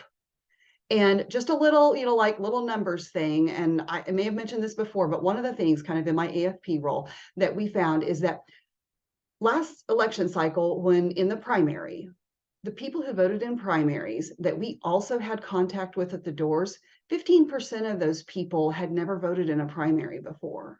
And so I think that illustrates the value of human connection. And we have gotten so far away from that, that even if it's just like, you might think that's just something as small as like having a 5-minute conversation with somebody at their door that you don't know, but that can impact people's lives in ways that you may never understand. And I think we see that play out in people getting out to vote. And we want people to be more engaged in the political process, and especially in primaries. Are you sure about that? Are you sure about that? Are you sure about that? All right. Maybe I am sure about that. That's a debate for another day. Camellia Peterson, you can find her at x.com at Rare Camellia. She is like Pepe, a very rare camellia. Not very many like her. All right, Camellia, thanks so much for your time today. Glad to have you here every Tuesday and Thursday at this time. Have a great day, everyone. Thanks. Say goodbye to Camellia. She did a great job, didn't she? So you might have seen the news story about my tweet regarding Ben Shapiro and his love of AR-15s. Big round of applause for the clever detectives who pointed out that technically a few ranchers and animal control people did own these guns before 2004. And since we're all big fans of math, here are more numbers that seem relevant. In 1992, AR-15s composed roughly 21 in every 100 firearms made in the U.S. In 2020, almost 1 in 5 guns made here were AR-15s. There are now more than 20 million AR-15s in people's closets and cabinets. Oh, and there's this. In 2023, there's been 560 mass shootings in our country, and we still have 2 months to go. This is not normal. A world where everyone has AR-15s is just a hell of a lot more dangerous than one where we don't. We're right back with Billy Binion So you might about have seen the Queers news story for Hamas.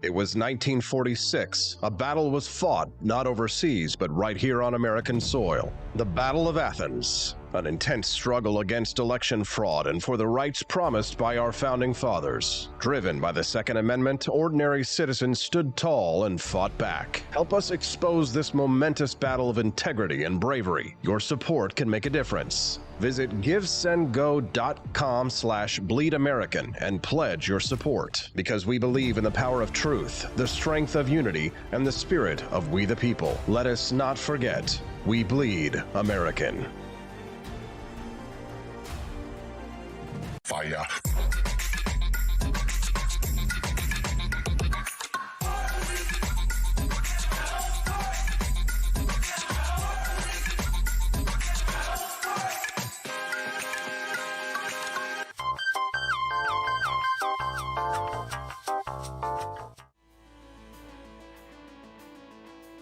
Good morning, Rise and Freedom. I'm Austin Peterson. You're watching and listening to the Wake Up America show at wakeupAmericaShow.com. How are we feeling today?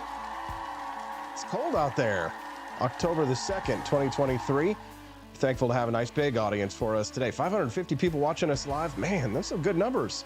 Do me a favor, will you? Click that like button and subscribe to the channel. Help us to spread the ideas of economic freedom and personal liberty. That's what I'm all about. So whenever you click like and subscribe, it's a free way to support the ideals that you care about. We love free speech, and we're grateful to rumble.com for featuring us on the front page for the last 2.5 months. They like me.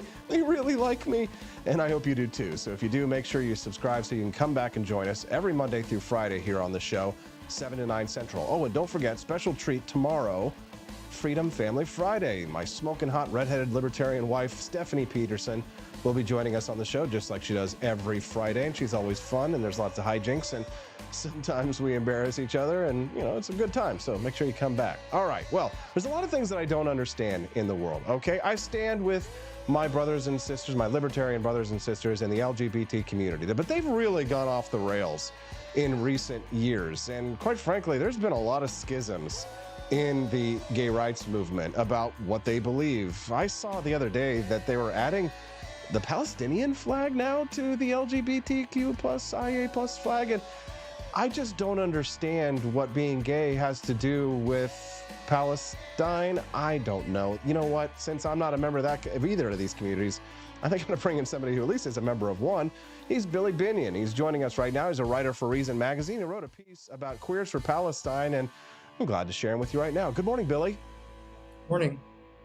I don't get it. Explain to me, why are there Queers for Palestine?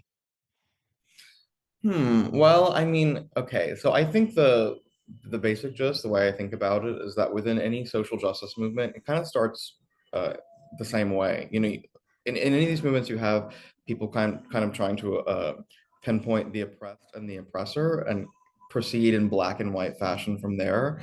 So because a lot of people on the left a long time ago decided that Palestine was the oppressed and Israel was the oppressor, Palestine then kind of comes to represent all the marginalized groups that a lot of these social justice movements fight for, sometimes for good reason, and Israel comes to represent the opposite. But the great irony of that, of course, is that in Palestine, LGBTQ rights, I mean, that meaningfully don't exist at all. And a lot of people who face persecution in Palestinian territories for being gay or transgender try to seek asylum in Israel. So I think it's kind of a testament. Of course, not every LGBT person is saying these things, but we've seen basically a group called Queers for Palestine protesting at some of these pro-Palestine rallies. You know, queer rights, trans rights, we say no to genocide. But like I said, I mean, there are lots of like really, really gruesome stories of what it's like to be gay and transgender, not only in Gaza, where Hamas controls the government, but also in the West Bank, where they don't have unilateral control. So I think a big part of it is kind of a lack of reality with the history and the reality for people in these marginalized groups that the left kind of claims to stand for. I try not to put everything into such stark or black or white terms here, Billy, but I wonder how you would respond to this. Queers for Palestine, stupid, evil, or both?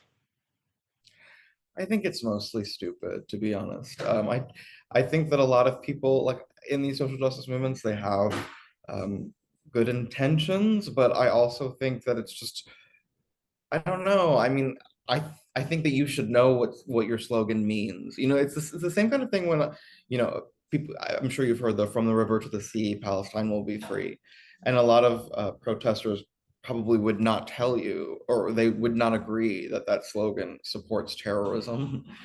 But if you are saying that directly after terrorist attacks, a slogan that essentially equates to the eradication of Israel as a state, it's kind of hard to interpret it differently. It's not an excuse, because I think, you know, if you are advocating for something, you should know what you're advocating for. But I would like to think at least that it's not evil.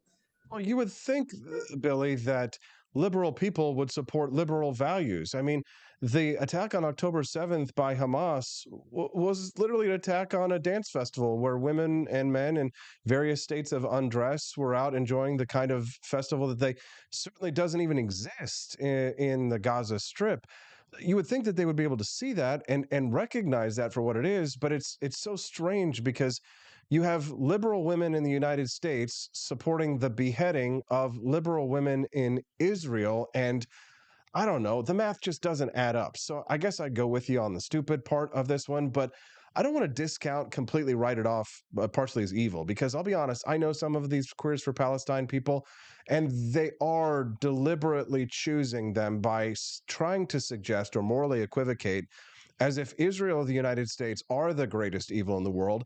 And I see that amongst even our own libertarian movement, Billy. I see a lot of libertarians out there who, calling themselves anti-war, at least wearing the cloak of anti-war, try and place a moral equivocation between the United States and Israel. And as much as I have problems with the United States government, our interventionist foreign policy, the problems that I have with the rise of mega statism, and Israel being a largely socialist country to an extent, at a minimum, I can say, well, there's a difference between the values of these Western nations and those that we oppose.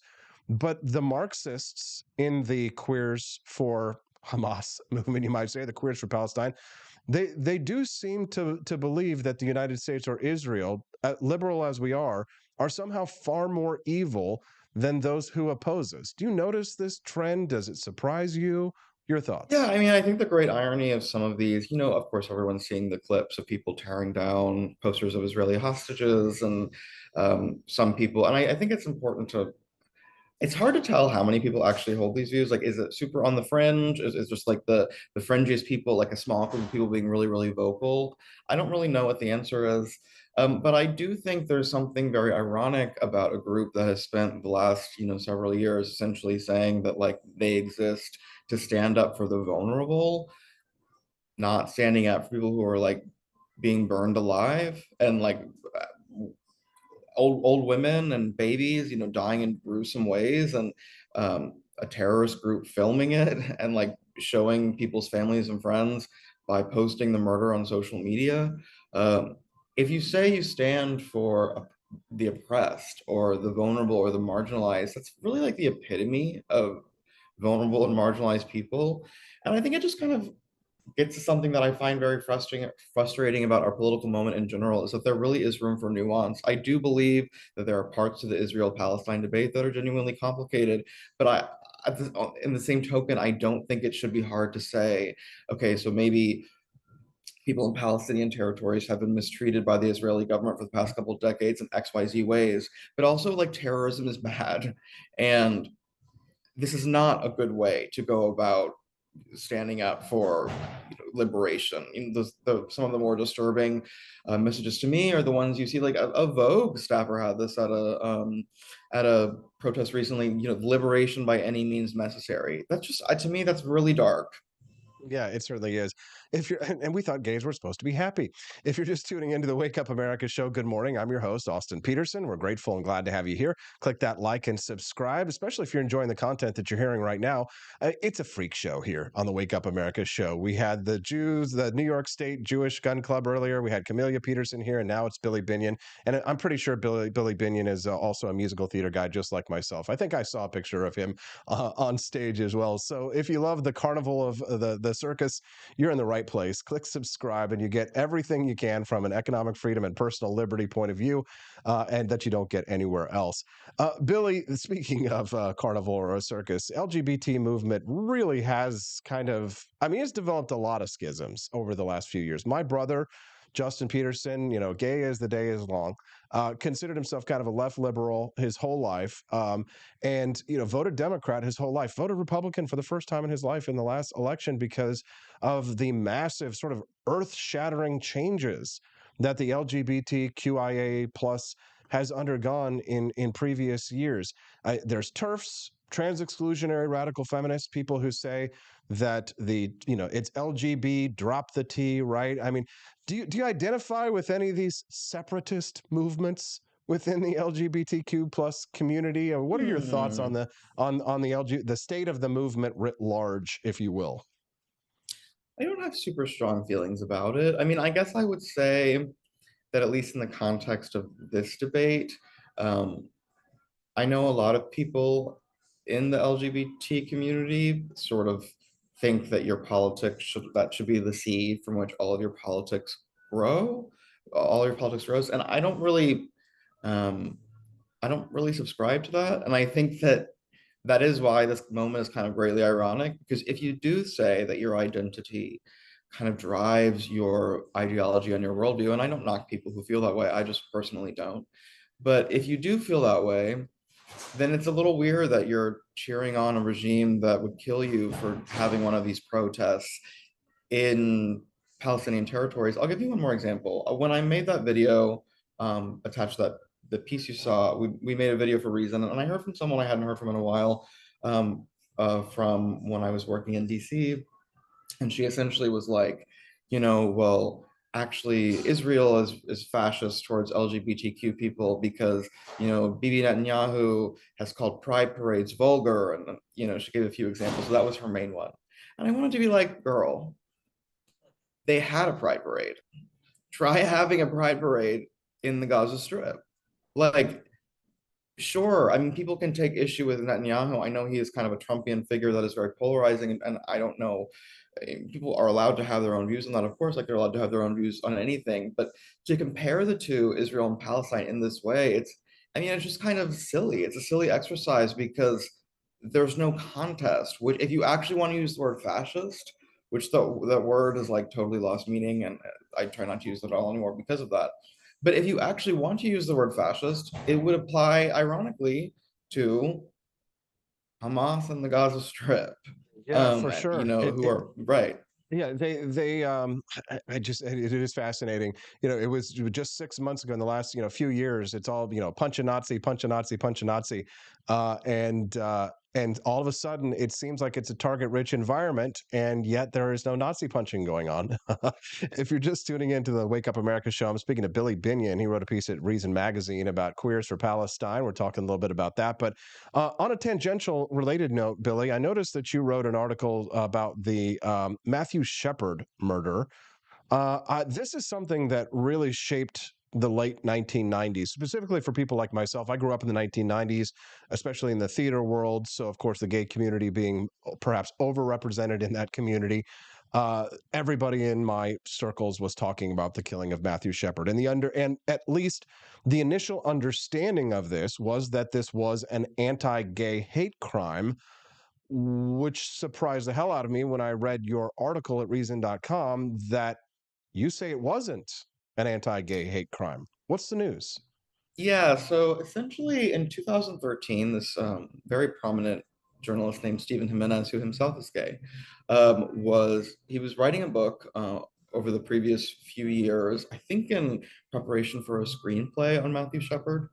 And so he went into it very much supporting the narrative that, the crime, for your audience who is not familiar with it, is that in the 90s, I think it was 1998, two men in Laramie, Wyoming, kidnapped Matthew Shepard, who was this I think he was like 5'2", very petite, kind of unintimidating gay man.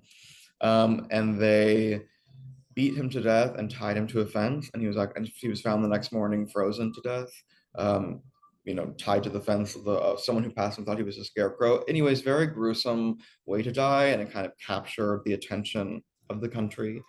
And one of the murderers tried to claim the gay panic defense, which basically, which is very silly legal defense that is not really used anymore, where he claimed initially that Matthew Shepard had touched his knee and flown into a rage and descended into madness and killed him, and the killing was justified for that reason.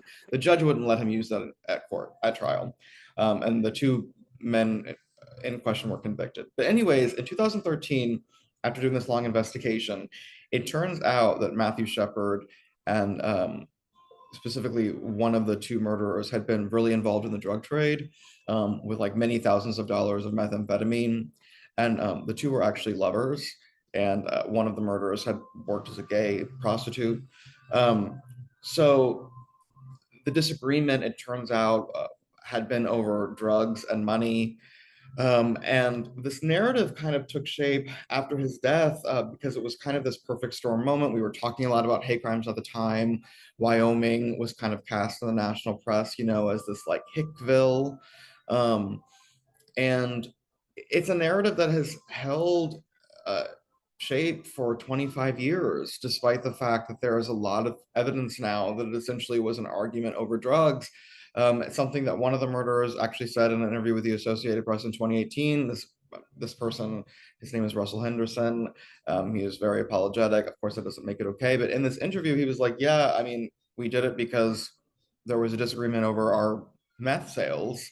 And like I said, one of the other, Aaron McKinney, who also participated in the crime, and Matthew Shepard had a longstanding sexual relationship. So I don't know. I mean, I think that's something, because President Biden on the 25th anniversary was talking about this and about how it shows that, it sometimes people aren't kind or accepting of people simply for being who they are.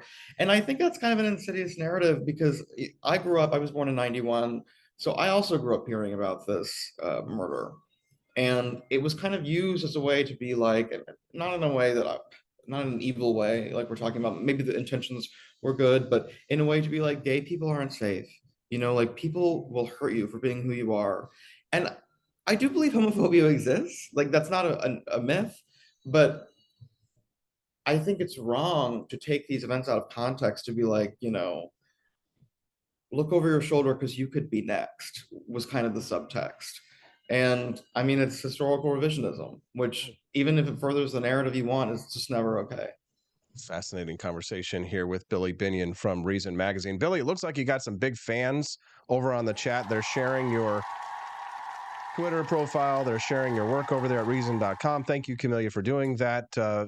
Appreciate that very much. But for those who might not be able to see the chat or might be listening to us later on the audio version of this podcast, Billy, would you mind just sharing where people can find out more information about you or follow you online? Yeah, sure. So my name is Billy Binion, which is my real name, even though it sounds like a cartoon character. I am an editor at Reason, so Reason being the libertarian magazine, reason.com.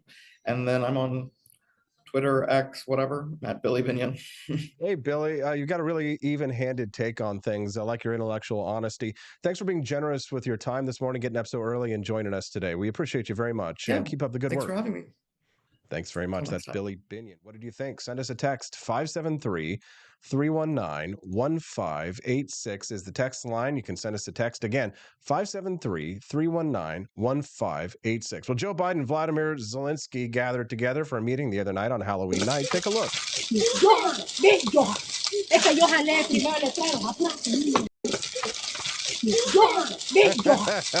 They took all of the candy. Oh, no. Come on, guys. Leave some for the rest of us. Did you guys see this video of people going in and...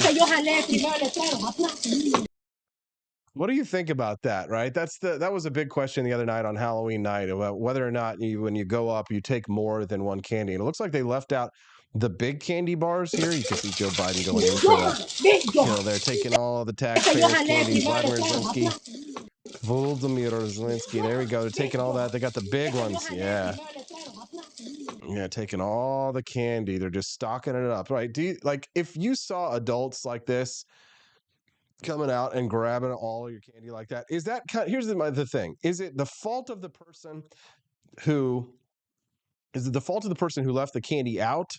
Right? I'm just curious what your thoughts are on that one. I'd love to hear your thoughts on the whole they took all of the candy narrative on that one. So thank you, by the way, because one of our listeners who texted in this morning at the text line is the one who sent us that video. It doesn't have your name on there. So thanks for that remix.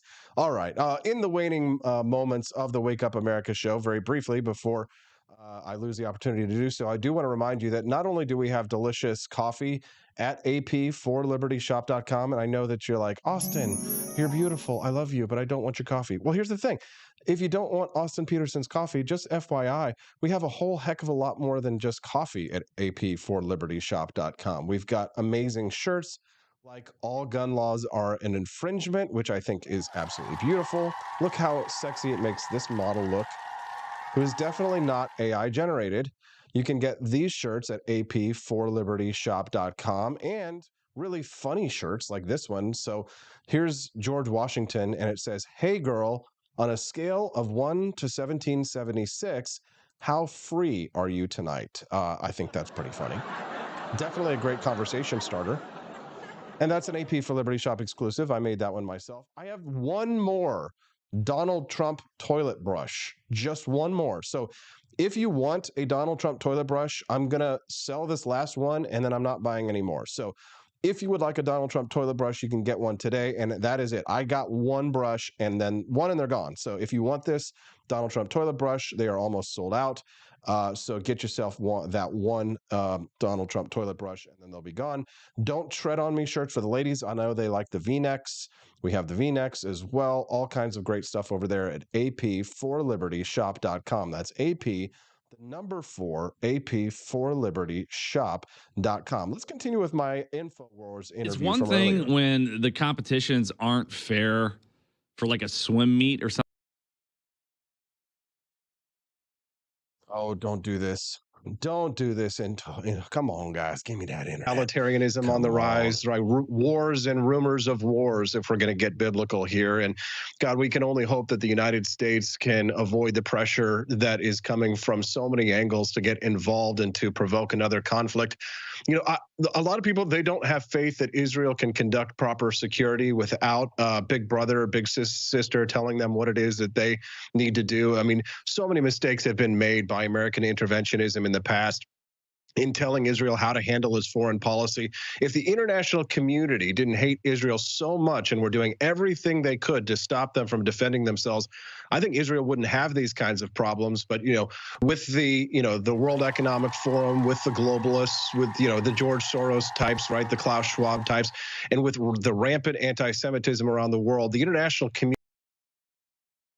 Oh, come on, InfoWars. Give me some internet here, please, for the love of God. I still have to say, I think that was quite brilliant, AP. Quite brilliant. Yes, and if you want to watch that interview with me on InfoWars, I do have that over on my Twitter account. It's a Trump Vivek ticket would turn libertarians MAGA. I have made the pledge that if Donald Trump picks Vivek Ramaswamy for his vice presidential pick, that I'm going to, on this show and nowhere else, unless it's after I wear it on the show, I have a Make America Great Again hat in the studio. And if he picks Vivek, I will wear the MAGA hat. Now, over at my shop, I have a Make Taxation Theft Again hat, which I like to wear around in public because people are like, oh, Austin, it looks like a Make America Great Again hat. Ha, ha, ha. But it says Make Taxation Theft Again, right? So it's my libertarian view of it's my libertarian, take on the MAGA hat. But I will wear the MAGA hat if he picks Vivek Ramaswamy. Why do you like Vivek Ramaswamy? Because he, more than he's the most libertarian, at least sounding from all of them. And I know you guys are like, how do you trust him? He's a snake and all this stuff. Well, I don't completely trust any politician, right? I don't completely trust Donald Trump. I don't completely trust lots of people that I think that are pretty good. I don't completely trust Mike Lee. Even Thomas Massey has made a few votes that I'm kind of like, that's sus, right? So never put your trust 100% in a politician, obviously. But I think that if Donald Trump picks Vivek Ramaswamy, it shows that he recognizes where his base is at, and I think it shows where he wants the country to go. I mean, compare Kamala Harris to Vivek Ramaswamy. Are you going to try and tell me or convince me right now that that would not be a humongous, massive freaking upgrade? Tell me now. Would you like to see Vivek Ramaswamy as the vice president versus Kamala Harris? You know you would, don't you lie. And I know the DeSantis supporters are out there right now and they're wailing and they're gnashing their teeth. I get it. Listen, you have reason, cause to be upset. It's not his time. But listen, I want to support Ron DeSantis for president, just probably not in this election, but maybe next time, right? So, but it's also good. The reason why I like to support Vivek is because I think that we should have a bench, right? We should have a bench and we should say, hey, look, it's time for us to look at the next generation and who's the person who's going to get do we need to support? Because if they don't win for whatever reason, then you could say, hey, look, we've got a bench of somebody who could run for Senate, or maybe he could run for governor of a state, right? So Vivek might be a good senator. He might be a good congressman or a governor of a state. So we need to support young Republicans like Vivek who have the points of views that we want to see. in order for us to grow our movement, we want more people to come out and support our ideas of economic freedom and personal liberty, don't we?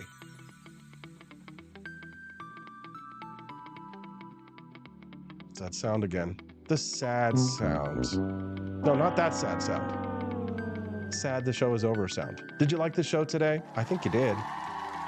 You have no idea how much friggin' work it takes to put this thing together. You think all these guests just fall out of thin air? So do me a favor, would you? Click that like button and subscribe to the channel just as a small favor. Please, sir, could I have some more? Could I have a crumb of a like, a crumb of a subscribe? Or how about you subscribe to the Wake Up America show on our audio podcast as well? Help support the show. Help us to grow. Help us to support the ideas of economic freedom and personal liberty. We work so hard to bring you a great show 5 days a week. Tonight, 7:30 p.m. Central Time, me, Dave Smith, debate Israel, Hamas, NAP, libertarianism, anti-war, aggression, non-aggression, all that stuff. Should be good. So if you're looking for that debate, you want to hear that tonight, I would suggest you follow me on Twitter so that you can find it, because I'll obviously post it and everybody's going to be arguing and fighting. And, you know, at the end of the day, we'll all hate each other even more than we do already. But if you want to hear that debate, you're going to want to go to AP. You're going to want to go to AP for Liberty on Twitter. Go to AP for Liberty on Twitter, and you'll be able to find that debate, because I will, of course, post it everywhere. Okay? Okay, there you go. Thanks so much for watching us. C. Songaroff, first-time viewer, you rock. P-Ridge62, love this live stream very much. Hope to be back for the next one. You rock. Definitely come back tomorrow, because my smoking hot redhead libertarian wife is going to be here with us. It's a good one. Glad you enjoy it. We come back tomorrow on the Wake Up America show, wakeupamericashow.com.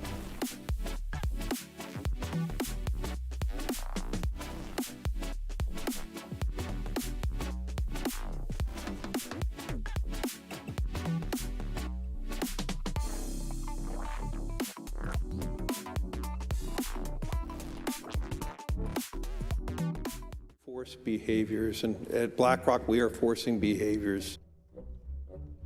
Mao ordered his citizens to throw off the four olds: old thinking, old culture, old customs, and old habits. So your whole life went in the garbage overnight, no biggie. And those who resisted were attacked by an army of purifiers called the Red Guard, who went around the country putting dunce caps on people. Yeah, who didn't take to being a new kind of mortal being. If you don't force behaviors, whether it's gender or race or just any way you want to say the composition of your team, you're going to be impacted. Well, things haven't been so sweet for Ben & Jerry's after the company posted an anti-American tweet, a few of them, on the 4th of July.